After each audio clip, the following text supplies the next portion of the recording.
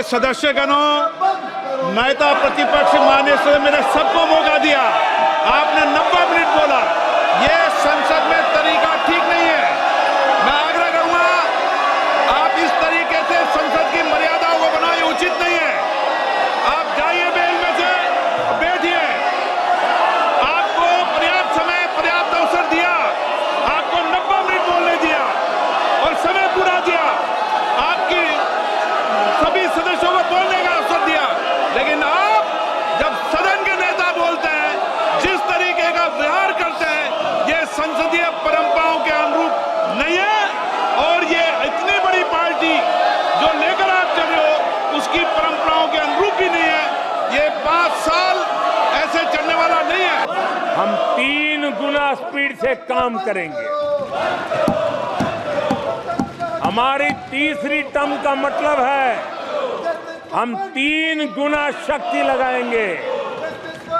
हमारी तीसरी टर्म का मतलब है हम देशवासियों को 3 गुना परिणाम ला करके देंगे।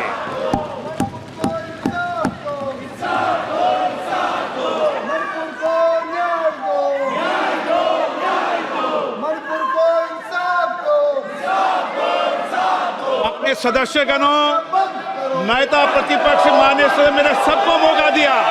आपने 90 मिनट बोला। ये संसद में तरीका ठीक नहीं है। मैं आग्रह करूंगा, आप इस तरीके से संसद की मर्यादाओं को बनाए, उचित नहीं है।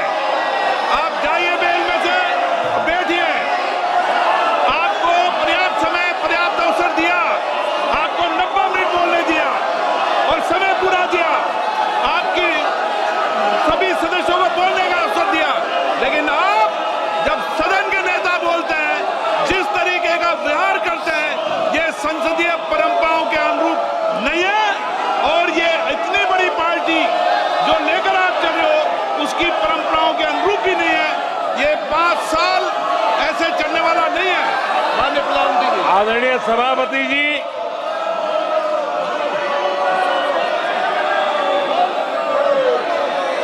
आदरणीय सभापति जी, एनडीए का तीसरी बार सरकार में आना एक ऐतिहासिक घटना है।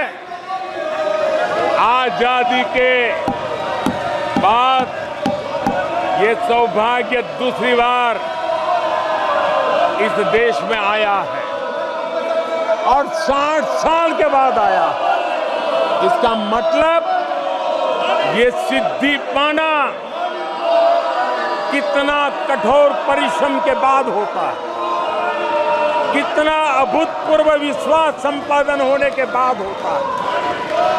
ऐसे ही ये राजनीति के खेल से नहीं होता है, जनता जनार्दन की सेवा से प्राप्त आशीर्वाद से होता है।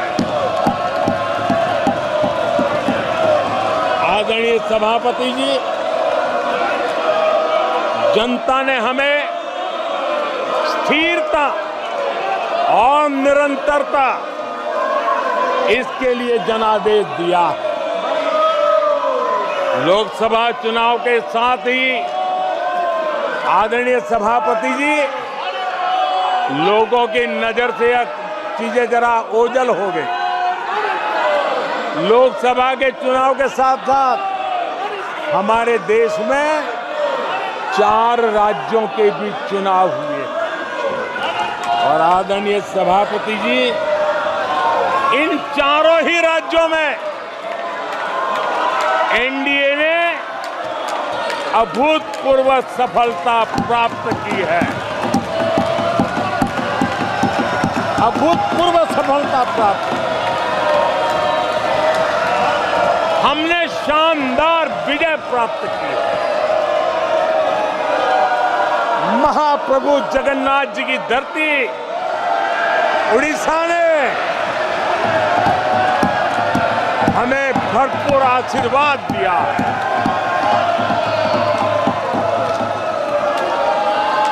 आदरणीय सभापति जी, आंध्र प्रदेश एनडीए ने क्लीन स्वीप किया है।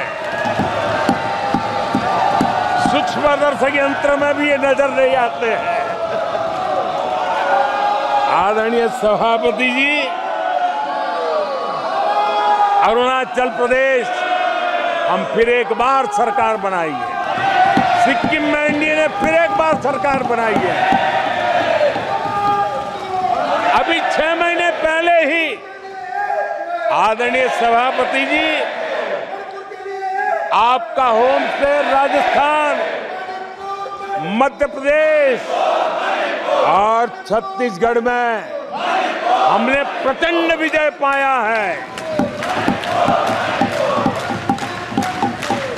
आदरणीय सभापति जी, हमें नए नए क्षेत्रों में जनता का प्यार मिल रहा है, जनता का आशीर्वाद मिल रहा है। आदरणीय सभापति जी, बीजेपी ने केरला में इस बार खाता खोला है और बड़े गर्व के साथ केरला से हमारे सांसद हमारे साथ बैठते। तमिलनाडु में कई सीटों पर बीजेपी ने दमदार उपस्थिति दर्ज की है। कर्नाटक, यूपी और राजस्थान में पिछली बार की तुलना में बीजेपी का वोट परसेंट बढ़ा है। आने वाले समय में 3 राज्यों में चुनाव है। जिन राज्यों में चुनाव उसमें से 3 की मैं बात करता हूं। महाराष्ट्र, हरियाणा और झारखंड, यहां चुनाव आ रहे हैं। आदरणीय सभापति जी, पिछली विधानसभा में इन 3 राज्यों में हमें जितने वोट मिले थे, इस लोकसभा चुनाव में इन 3 राज्यों में हमें उससे भी ज्यादा वोट मिले हैं। आदरणीय सभापति जी, पंजाब में भी हमारा भूतपूर्व प्रदर्शन रहा है और हमें बढ़त मिली है। जनता जनार्दन का भरपूर आशीर्वाद हमारे साथ है।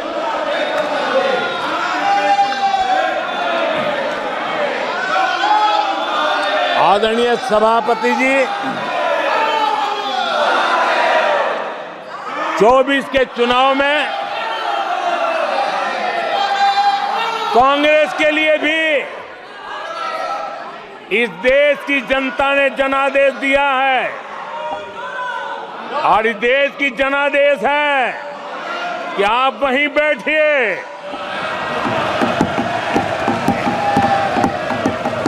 विपक्ष में ही बैठो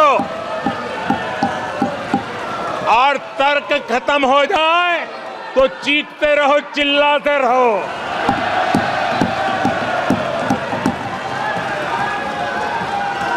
आदरणीय सभापति जी, कांग्रेस के इतिहास का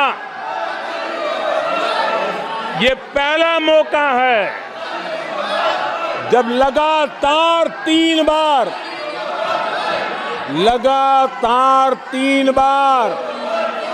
कांग्रेस 100 का आंकड़ा पार नहीं कर पाई है। कांग्रेस के इतिहास में ये तीसरी सबसे बड़ी हार है, तीसरा सबसे खराब प्रदर्शन है। अच्छा होता